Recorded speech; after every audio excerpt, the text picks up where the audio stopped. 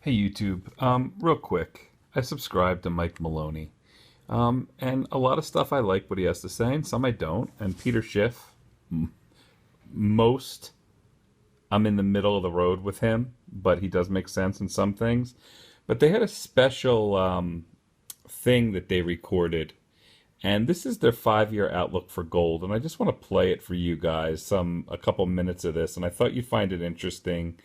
And go on to Mike Maloney's website, and I think it's available through YouTube. You could go and watch it, and then you have to like sign up for Peter Schiff. So just give your email address or whatever you want to use to get it, to get this special content. But I wanted to share it with you guys, so check it out. And they're just getting started as far as I'm concerned. Right, yeah. And so, so long-term outlook for gold. One of the topics that was suggested to talk about was gold and silver in the next 5 years. And I prefer much. People all the time ask me what I think, where I think gold is going, and they mean next month or next year. And I'm not interested in that. What I'm interested in is, by the year 2020, where do I think gold is going to be? Because I can't predict tomorrow, but I can predict the outcome of the Keynesian idiocy that's going on right now. And it's going to be, we're in, I've been saying for a long time in my series, Hidden Secrets of Money, that that this is one of the greatest financial crises, that you can turn it into your opportunity if you want.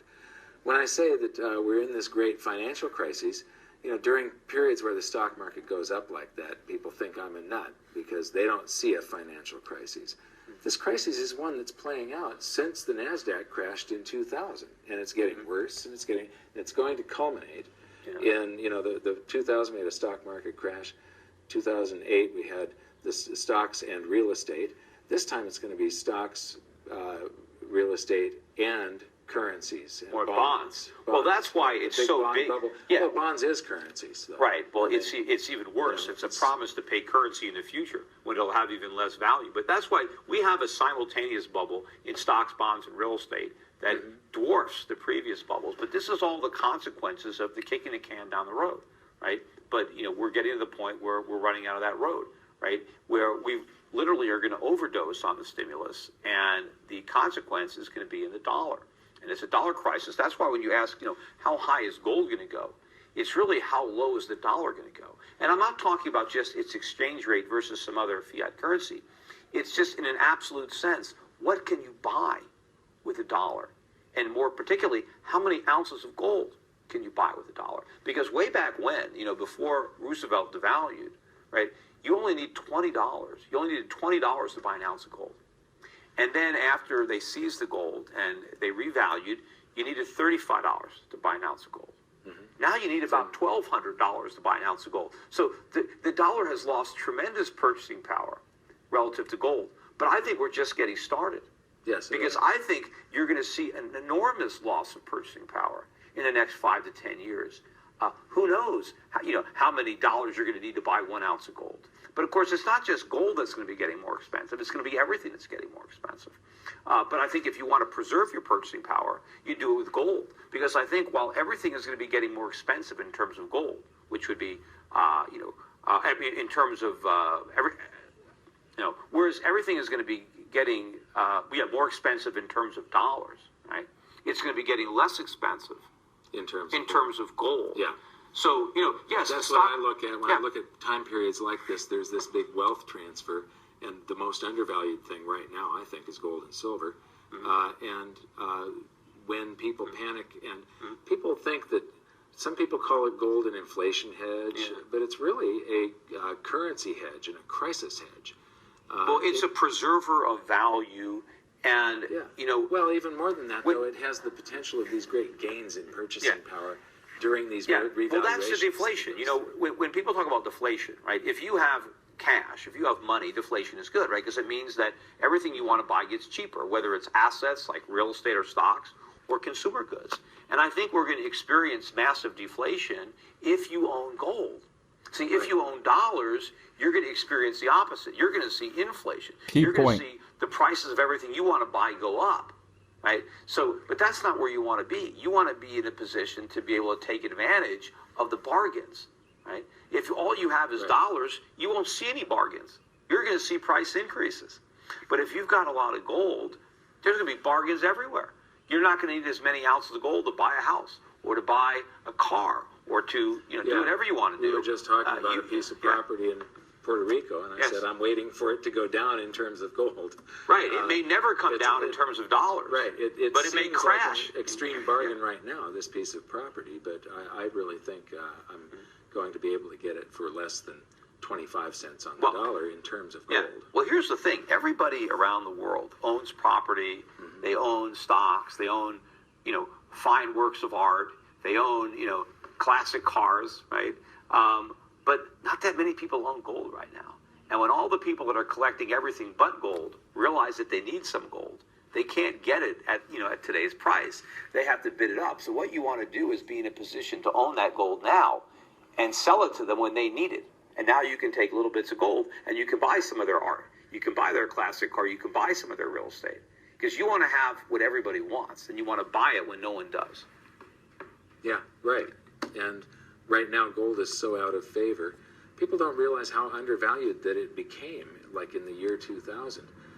People thought that, back then, I started buying gold in 2002, after I was fairly sure that there was a bottom in. Mm-hmm.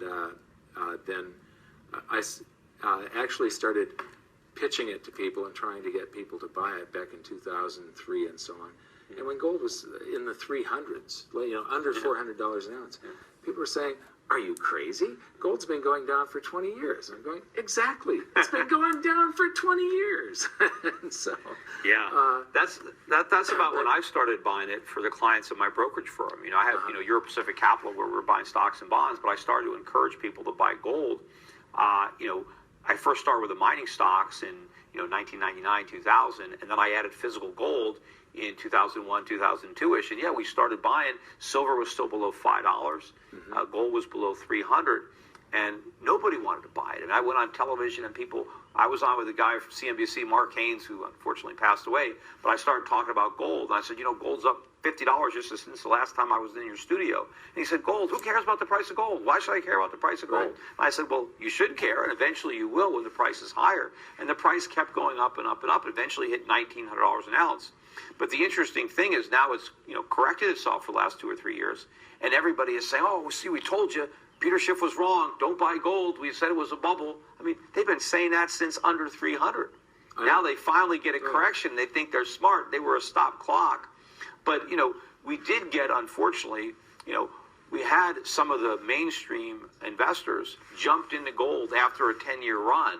When, guys like John Paulson, who had been short subprime and publicly made a lot of money, started buying gold, all of a sudden it became more mainstream. People were worried about the economy in 2010, 2011. They were worried about QE. They were worried that it would end the disaster, which it would. But now everybody is convinced that it's a success. All the people that came into gold late in the game so far bailed out, sold all their gold, took their losses, and they think the rest of us are a bunch of fools. But gold is just waiting, biding its time. I think it's going to prove out to be one of the greatest bull markets in history by the time this gold bull market is done. Oh, yeah, and I think that this is just the mid-wave correction in this. Well, given what the Fed has done and given what they're likely to do, I think gold's a better buy today at $1,200 than it was 15 years ago at $300. I pretty much agree. I've got charts on that. I look at the spread between the value of the gold held at the Treasury, the number of ounces divided by the price, which has been loaned to the Federal Reserve, but that's another story, divided by the base money supply. And the spread between the two now is every bit as, it's probably larger than it was back in the year 2000. But in the year 2000, gold was the most unloved and ignored asset that there was. It had gone into a little bubble in 1980 from $35 an ounce to $8.50, and then a brutal 20-year bear market. And at the same time, all countries on the planet had abandoned it as money. So for the very first time since the 70s, no country was using it as money. By the year 2000, investors had given up on it too.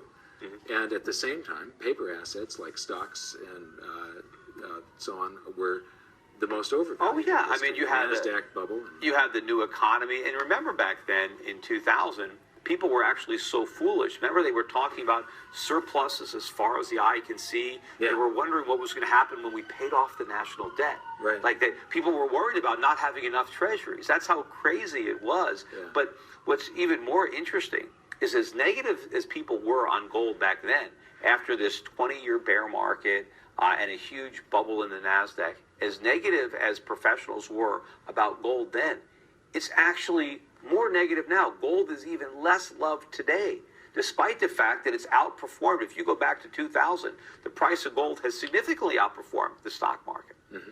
Yet And real despite estate. that, yes, but despite that, people hate it more now than they did back then. Right. So from a So the sentiment opportunity indicator- right now is great. Yeah, Yeah. it is tremendous, and I think people are going to be alarmed by the speed with which this metal rallies once it starts to go. Because I do believe that a lot of that gold that was sold by the speculators who bought in, around 1600, 1700, 1800, right?